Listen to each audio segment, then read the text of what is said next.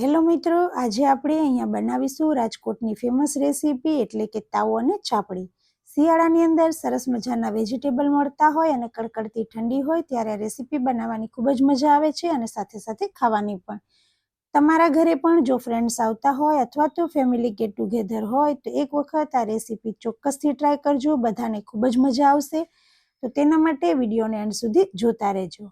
Hello મિત્રો, હું છું ભાવિશા અને તમે જોઈ રહ્યા છો ભાઉસ કિચન. આજે આપણે અહીંયા તાવો ચાપડી બનાવવાના છીએ તો તેના માટે મેં તૈયારી કરી લીધી છે. તો તૈયારીની અંદર મેં બધા જ શાકભાજીને ઝીણા સમારી લીધા છે. તો શાકની અંદર મેં ગવાર લીધો છે, ફ્લાવર છે, બટાકા, દૂધી અને રીંગણ લીધા છે. તેને આપણે સમારી અને પાણીની અંદર રાખીશું જેથી કરી અને તે કાળા ના પડી જાય. તમે બીજા શાકભાજી પણ એડ કરી શકો છો. વટાણાના દાણા અને તુવેરના દાણા લીધા છે અને ડુંગળી ટામેટાની આપણે ગ્રેવી કરી લેશું. લીલું લસણ અને આદુ છે. શાક સમારતા પહેલાં જ મેં અહીંયા કુકરની અંદર પાણી ગરમ કરવા મૂકી દીધું હતું. તો આપણું પાણી ગરમ થઈ ગયું છે તો તેની અંદર પહેલાં દાણા એડ કરી દેશું જેથી કરી અને તે સોફ્ટ થઈ જાય અને શાકની સાથે સરસ રીતે ચડી જાય. તો આપણે 2 મિનિટ માટે ઢાંકણ ઢાંકી દેશું. 2 મિનિટ બાદ આપણે બધું જ શાકભાજી પણ તેની સાથે એડ કરી દેશું.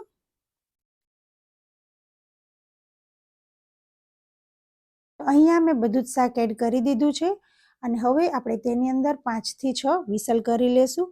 જ્યાં સુધી તેની વિસલ થાય ત્યાં સુધી આપણે ચાપડીનો લોટ તૈયાર કરી લઈએ. તો લોટમાં મેં 2.25 કપ જેવો ભાખરીનો એટલે કે ઘઉંનો જાડો લોટ લીધો છે અને તેની અંદર આપણે 1/4 કપ રવો એડ કરીશું જેથી કરી અને આપણી ચાપડી સરસ એકદમ ક્રિસ્પી થાય. તમે રવાને અવોઇડ પણ કરી શકો છો. 1 ચમચી જેટલા તલ લઈ લઈશું. અડધી ચમચી જેટલું જીરું એડ કરી દઈશું. સ્વાદ પ્રમાણે મીઠું એડ કરી દઈશું અને સહેજ હિંગ એડ કરીશું. તેનો સ્વાદ પણ ચાપડીની અંદર ખૂબ જ સરસ આવે છે. મોણ માટે મેં અહીંયા અડધો કપ જેટલું તેલ લીધું છે, તેને એડ કરી દઈશું. અહીંયા આપણે સરસ રીતે મોણ દેશું જેથી કરી અને આપણી ચાપડી એકદમ સરસ ક્રિસ્પી થાય. હવે હાથેથી એકદમ મસળી લેશું. મને અહીંયા થોડું તેલ ઓછું લાગતું હતું એટલે મેં થોડું એડ કર્યું છે અને હવે આપણે ગરમ પાણીથી લોટ બાંધી લેશું. તો અહીંયા આપણે થોડી ચાપડી બનાવવાના છીએ એટલે બધો લોટ બાંધી લેશું. જો તમારે વધારે ચાપડીનો લોટ બાંધવાનો હોય તો લાડવાના મુઠિયાની જેમ થોડો થોડો લોટ બાંધતા જઈશું અને તેની ચાપડી તૈયાર કરતા જઈશું. ચાપડીનું માપ તમે 1 મુઠ્ઠી ભરી અને લોટ લેશો તો તેમાંથી 1 ચાપડી તૈયાર થશે. એટલે તમારે જેટલા વ્યક્તિ હોય તેટલી મુઠ્ઠી ભરી અને લોટ લેવાનો છે અને ઉપરથી 1-2 મુઠ્ઠી તમે એક્સ્ટ્રા નાખી શકો છો. તો એ પરફેક્ટ માપ છે. અહીંયા આપણો લોટ બંધાઈ ગયો છે. હવે તેમાંથી આપણે નાના નાના લુવા લઈ અને તેને આવી રીતે હાથેથી સેટ કરીને પણ કરી શકો છો અથવા તો આવી રીતે પાટલાની મદદથી પણ આપણે કરી શકીએ છીએ. લુવાને સરસ ગોળ વાળી અને હથેળીની મદદથી દબાવી અને આપણે આવી રીતે ચાપડી તૈયાર કરીશું. તો આપણે અહીંયા ચાપડી વધારે જાડી પણ નથી રાખવાના અને એકદમ પાતળી પણ નથી કરવાના. મીડિયમ સાઇઝની ચાપડી તૈયાર કરવાના છે જેથી કરી અને તે અંદર કાચી પણ ના રહે. તો તમે જોઈ શકો છો કે અહીંયા સરસ આપણી એકદમ મીડિયમ સાઇઝની ચાપડી તૈયાર થઈ ગઈ છે. તો અહીંયા મેં તેલ ગરમ કરવા પણ મૂકી દીધું છે જેથી કરી અને આપણી બધી ચાપડી તૈયાર થાય ત્યાં સુધીમાં આપણું તેલ પણ ગરમ થઈ જશે. તો અહીંયા મેં બધી જ ચાપડી બનાવી લીધી છે. તમે જોઈ શકો છો કે અહીંયા સરસ મજાની આપણી બધી ચાપડી તૈયાર થઈ ગઈ છે. હવે તેલ ગરમ થઈ ગયું છે તો આપણે તેની અંદર જેટલી સમાય તેટલી ચાપડી એડ કરીશું અને એકદમ ધીમો પણ નહીં અને એકદમ ફૂલ પણ નહીં એટલે કે મીડિયમ તાપે ચાપડીને તળી લેશું. ચાપડીને એડ કરતાની સાથે જ આપણે નથી ફેરવવાની, તે થોડીવાર એક બાજુ તળાય પછી જ આપણે તેને ફેરવીશું.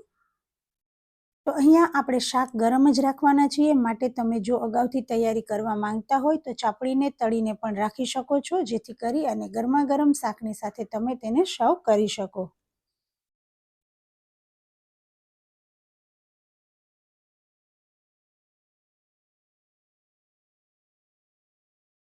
તો અહીંયા ચાપડી તળાઈ રહી છે ત્યાં સુધીમાં મેં ડુંગળી અને ટામેટાની ગ્રેવી પણ બનાવી લીધી છે. ઘણા લોકો ચાપડી સાથે ઊંધિયું ખાતા હોય છે એટલે કે શાકની અંદર મુઠિયા એડ કરતા હોય છે. તો તમે આ સમયે મુઠિયા બનાવીને પણ રાખી શકો છો જેથી કરી અને તમે ચાપડીની સાથે તેને તળી શકો. મેં અહીંયા શાકની અંદર મૂઠિયા એડ નથી કર્યા, એટલે કે મેં ઊંધિયું નથી બનાવ્યું. મેં ફક્ત તાવો અને ચાપડી જ બનાવ્યા છે.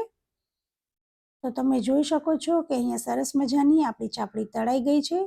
ચાપડીને આપણે ગોલ્ડન કલરની થાય ત્યાં સુધી તળીશું.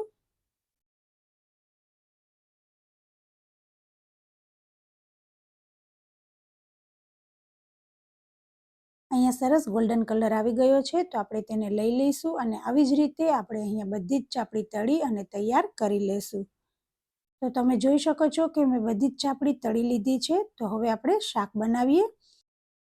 તો અહીંયા શાક બનાવવા માટે આપણે તેલ જે ઉપયોગ કરવાના છીએ તે તેલ ગરમ જ છે, એટલે કે ચાપડી જેમાં તળી છે તે જ તેલની અંદર આપણે અહીંયા શાક બનાવી લેશું.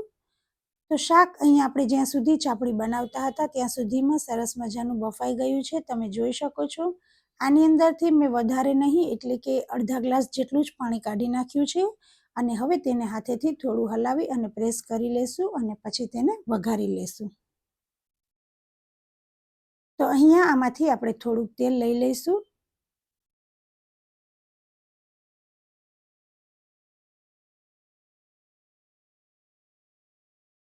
તેલ ગરમ જ છે એટલે આપણે તેની અંદર રાઈ એડ કરી દઈશું, જીરું એડ કરી દઈશું અને સહેજ હિંગ એડ કરી દઈશું. અહીંયા મેં ખડા મસાલાની અંદર એક લાલ મરચું, તમાલપત્ર, એક તજ, બાદિયા અને 2 થી 3 લવિંગ લીધા છે, તેને એડ કરી દઈશું. અહીંયા જે આપણે ડુંગળીની ગ્રેવી રાખી છે તેને એડ કરી અને આપણે ઢાંકી દઈશું, જેથી કરી અને તેલ વધારે ઉડે નહીં બહાર. અહીંયા આપણે ટામેટા સાથે એડ નથી કરતા. સહેજ ડુંગળી તેલમાં સંતળાઈ જાય પછી અહીંયા આપણે લીલું લસણ અને આદું એડ કરી દઈશું અને તે પણ સંતળાઈ જાય પછી આપણે ટામેટાની ગ્રેવી એડ કરીશું. તો અહીંયા મેં લીલું લસણ છે તેને એકદમ ઝીણું સમારી લીધું છે અને આદુને છીણી લીધું છે, તેને એડ કરી દઈશું અને આપણે સરસ રીતે હલાવી લઈશું. તમે આ શાકને ડાયરેક્ટ પણ વઘારી શકો છો, પણ આવી રીતે બાફીને વઘારશો તો ગ્રેવી પણ સરસ ઘટ થશે અને શાક પણ સ્વાદમાં સરસ લાગશે. હવે ટામેટા એડ કરી અને તેને પણ સરસ રીતે આપણે મિક્સ કરી દઈશું.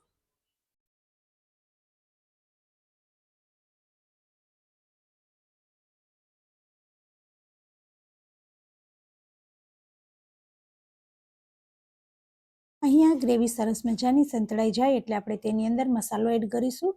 તો મેં નાની 3 ચમચી અહીંયા લાલ મરચું એડ કર્યું છે. તે તમારે સ્વાદ પ્રમાણે લેવાનું છે. જો તમારે ઓછું તીખું જોઈતું હોય તો તમે અહીંયા કાશ્મીરી લાલ મરચાંનો ઉપયોગ પણ કરી શકો છો.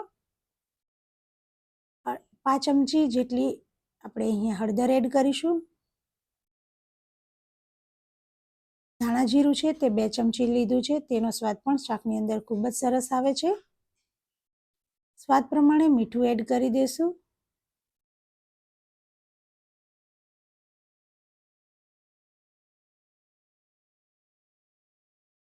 ગરમ મસાલો છે તે અડધી ચમચી જેટલો લઈ લઈશું અને તેને સરસ રીતે હવે બધા જ મસાલા તેલમાં મિક્સ કરી દઈશું. બધા જ મસાલાને આપણે એકદમ તેલમાં સંતળાઈ જાય ત્યાં સુધી હલાવીશું. તો તમે જોઈ શકો છો કે મસાલા સરસ રીતે એકદમ તેલમાં મિક્સ થઈ ગયા છે. હવે તેલ ઉપર આવે ત્યાં સુધી આપણે તેને રહેવા દઈશું. હવે અહીંયા આપણે 1 થી 2 મિનિટ માટે શાકને ઢાંકી દઈશું, જેથી કરી અને આપણી ગ્રેવી સરસ એકદમ તૈયાર થઈ જાય. તો તમે જોઈ શકો છો કે બધું જ તેલ ઉપર આવી ગયું છે અને આપણી ગ્રેવી સરસ એકદમ તૈયાર થઈ ગઈ છે.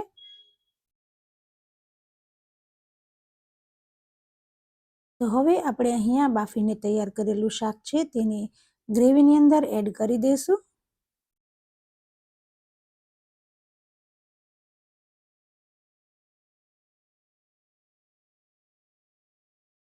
અહીંયા મેં બધું જ શાક એડ કરી દીધું છે. હવે આપણે તેને સરસ રીતે હલાવી લઈશું.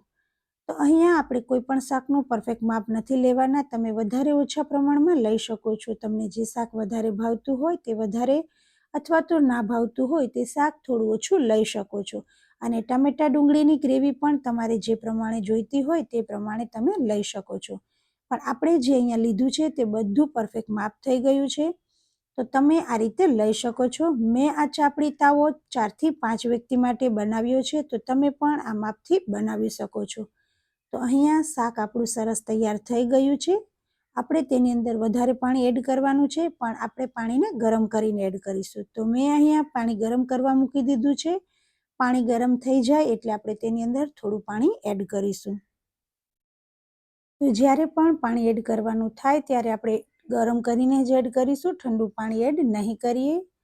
જો તમે તરત જ જમવા બેસવાના હોય તો આ શાક બરાબર પરફેક્ટ છે, અને જો તમારે થોડી વાર શાકને રાખવું હોય તો થોડો રસો વધારે કરવો પડશે, કારણ કે તે ઘટ ના થઈ જાય. તો અહીંયા આપણું શાક તૈયાર છે. તો તેની સાથે મેં તળેલા મરચાં, ડુંગળી અને ચાપડી મૂકી છે. તો હવે અહીંયા આપણે ગરમા ગરમ તાવાને સર્વ કરીએ. તો તમે જોઈ શકો છો કે સરસ મજાની આપણી રાજકોટની એકદમ ફેમસ ડીશ તૈયાર થઈ ગઈ છે. તો જો તમને પણ ખાવાનું મન થતું હોય તો તમે પણ એક વખત શિયાળાની અંદર ચોક્કસથી ટ્રાય કરજો, અને મને કમેન્ટ કરીને જણાવજો મારી રેસીપી કેવી લાગી. જો સારી લાગી હોય તો વિડીયોને લાઇક, શેર એન્ડ કમેન્ટ કરજો. Thank you.